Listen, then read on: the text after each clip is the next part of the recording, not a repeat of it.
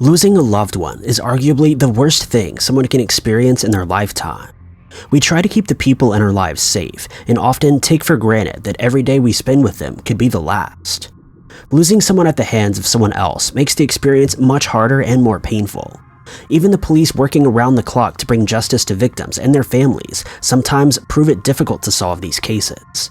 These are 5 murders that remain a mystery to this day. Number 5. Brett Kinser was born in New York in 1967. His father was an agent at William Morris, a talent agency that's been called the first great talent agency in show business. Their music department worked with the Rolling Stones, Sonny and Cher, and the Beach Boys, among many others. When Brett was 4, his father moved the family to Los Angeles and continued representing Hollywood talent. Growing up around the entertainment industry, Brett naturally had the insight for business. He paved his way into an executive position at the Chrysalis Music Group, where he was responsible for finding and signing artists to the label. While working for Chrysalis, Brett helped Rage Against the Machine get their first record contract. He also signed Jane's Addiction to the label. Both bands were extremely popular in the 90s and became very successful. Wanting to expand his career, Brett took a job at the Agency of Performing Arts in Los Angeles for a short time before forming his own company called Underground Entertainment. The focus of his company was largely rave promotion, and they were responsible for organizing events in the Los Angeles area.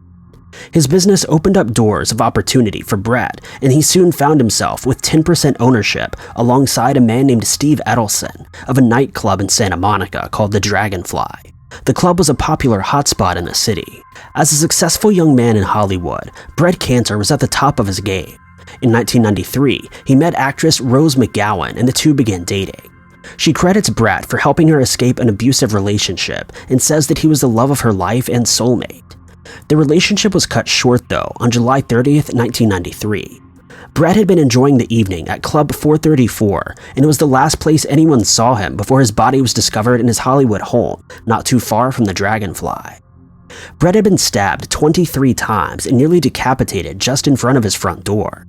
No suspects had ever been named in the case, and it's still unsolved to this day. Brett Kinser was only 25 years old and had a promising future. Speculation arose almost a year later when Nicole Brown Simpson and Ron Goldman were killed. They were also repeatedly stabbed with severe wounds to their throats.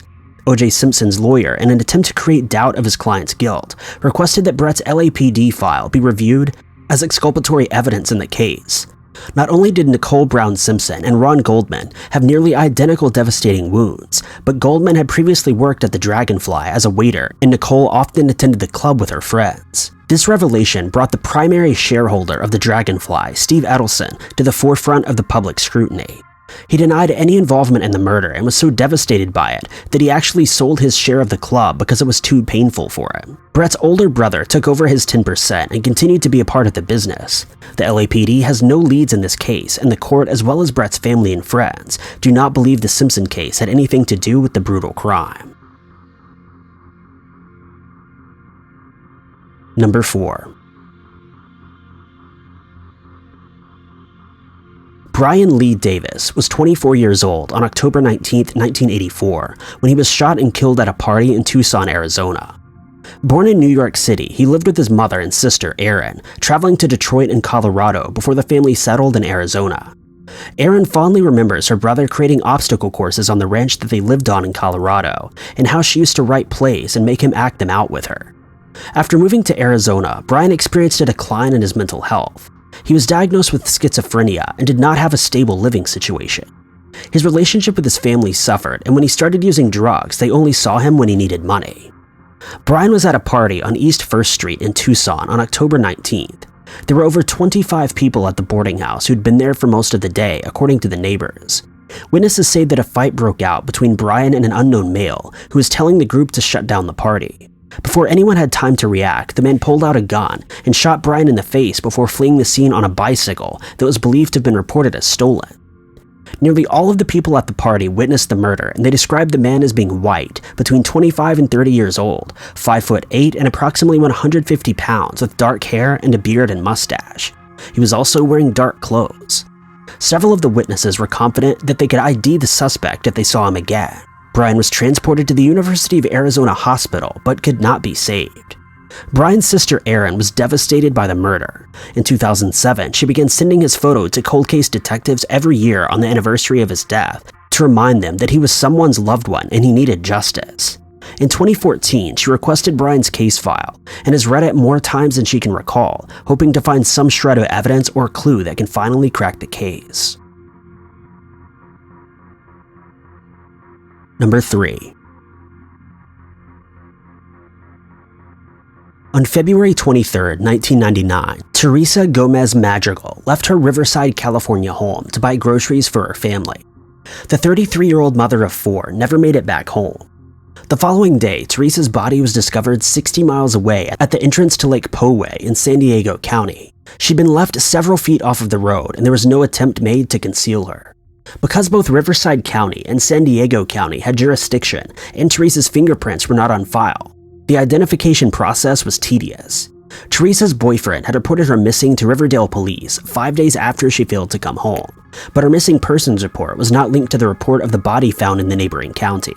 It took 10 days for investigators to figure out who she was and to notify her family. Over a week later, Teresa's 1993 Toyota Camry was found 7 miles from her home. There was a bullet hole in the roof and the back seat was saturated with blood. There were no suspects or leads for investigators to follow. Riverside County experienced a surge in population from 1980 to 1990, growing in size by 76%. By 1992, over 1 million people settled into cities including Riverside, and with this spike in population came a spike in violent crime. This makes it very possible that Teresa's murder was a crime of opportunity, which can be more difficult for police to solve, as she may have had no ties to her killer. Because there's not a lot of information in this case and there have been no suspects for 2 decades, Governor Gavin Newsom announced a $50,000 reward in 2019 for tips leading to an arrest in this case. Teresa was senselessly taken from her 4 children, who were all under the age of 12 at the time. Her oldest daughter has worked hard over the years to forgive her mother's killer, but understandably wants justice and the peace that comes with knowing the person or persons responsible are taken off the streets, unable to destroy another family. Number 2. Laney Gwinner was bright and social with a love for country music and animals. Born and raised in Ohio, she was attending the University of Cincinnati to study accounting and had a lot to look forward to. On December 9, 1997, the 23-year-old met with friends at a bowling alley in Fairfield, Ohio, to celebrate a recent promotion and her passing grade on a college exam. It was after midnight when Laney left the bowling alley to go to her boyfriend's house 2 miles away. When she never arrived, Laney's boyfriend contacted her mother, and they both went to the bowling alley to find her. She wasn't there, and neither was her car. The next morning, Laney's employer contacted her mother when she didn't show up for work. This was completely out of character for Laney, and her mother immediately reported her as missing. A month later, in Covington, Kentucky, a police officer was trying to apprehend a suspect in an unrelated crime on a bridge above the Ohio River. During the struggle, he fell to his death in the water below. While searching for his body, a shipmate on a tugboat spotted something floating in the river. It was determined to be the body of Laney Gwinner. Police interviewed hundreds of people and conducted countless polygraphs, desperate to solve her case. One witness has claimed to have seen Laney talking to someone outside of the bowling alley for hours before she left, a detail that no one else recounted.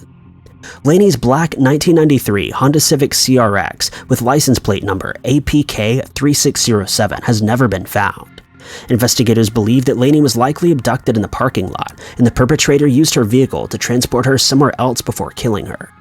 The river has been searched multiple times using the best available technology to no avail. It's possible that Laney was in the car and pushed into the river in an attempt to conceal the crime.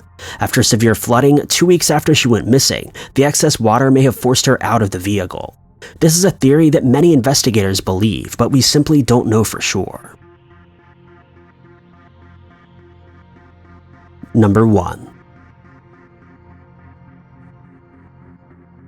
In 1989, 22-year-old Catherine Corky had dreams of following in her mother's footsteps and becoming a social worker. She recently graduated high school and moved into an apartment with her boyfriend, Tim Rooney, in Dormont, Pennsylvania. After working her shift as a bookkeeper at Penn Parking Systems on July 21, 1989, she met with Tim and 2 friends at a bar in Mount Lebanon. After having a few drinks at the bar, Catherine and her friends walked to a nearby party to continue the evening. Tim had an early day of work the next morning and had to leave the party before Catherine was ready to go. She was having a good time and he felt comfortable going home without her, as she was with people she knew and he thought she was safe. Later on in the evening, Catherine reportedly told people she was going to walk home, and some people at the party recall her saying she was going to get a ride. No one saw her leave the party, so it's unclear if she was alone, walking with someone, or if she got into a car. When Tim woke up at 4 a.m. the next morning, Catherine had not made it home. He assumed she'd stayed with friends and then headed off to work. By noon, he'd finished his painting job and returned to the apartment. Catherine still hadn't come home, and Tim began calling her and family in an attempt to locate her. He had no idea what had been discovered hours earlier, not too far from their apartment. At 7 that morning, a man was taking out his trash when he discovered the charred remains of a female under a tree in his yard. Catherine, who was 5'1" and weighed 100 pounds, was beaten, strangled, stabbed, and sexually assaulted before she was doused in gasoline and set on fire. Investigators believe that Catherine encountered her attacker on the light rail tracks en route from the party to her apartment. A rope had been found tied around her neck and there's a deep gash on her head. Blood on the track of the light rail indicates that she may have been drugged to the tracks with force by the rope, causing her to fall and hit her head. The killer then opened a gate at the back of a residence and pushed her down a small hill, where she landed under a tree 40 feet from the house. Catherine's blood alcohol level was 0.22 at the time of her autopsy. This means that she was severely intoxicated, and it would have been extremely difficult for her to defend herself or run from the killer. When she was found, Catherine was only in possession of her clip-on earrings. Her clothing, shoes, and other personal items were taken from the scene. It wasn't until Tim heard about the murder on the news later that day that he made a phone call to police, worried that his girlfriend could possibly be the victim. Police interviewed close to 200 people and searched through neighborhood trash cans and yards looking for evidence, but came up empty-handed. There have been no solid leads in Catherine's case. Speculation of a convicted killer, known as Anthony Feibiger, may have been responsible for her murder, but he was never connected or charged with anything related to Catherine's case. Thank you guys so much for watching. If you liked this video, be sure to click that like button. If you loved it, maybe consider subscribing and clicking that notification bell. But I've been Ty Knotts, and I'll catch you guys in the next video.